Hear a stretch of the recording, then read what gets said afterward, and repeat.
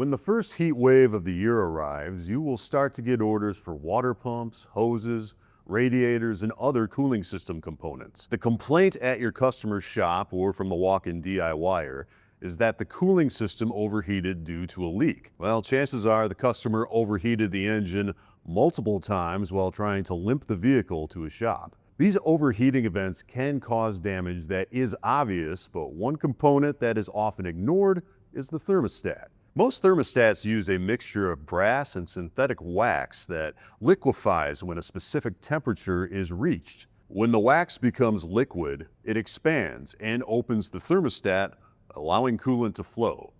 Even a single severe overheating event can degrade the thermostat's internal components and spring. Recommending a thermostat with the sale of any cooling system part can help the customer make a complete repair and prevent future issues with cooling system temperature regulation. So, if a customer is ordering a radiator, hose, a water pump, or any other cooling system part, ask if they would also like a thermostat to complete the job. It should be an easy add-on sale.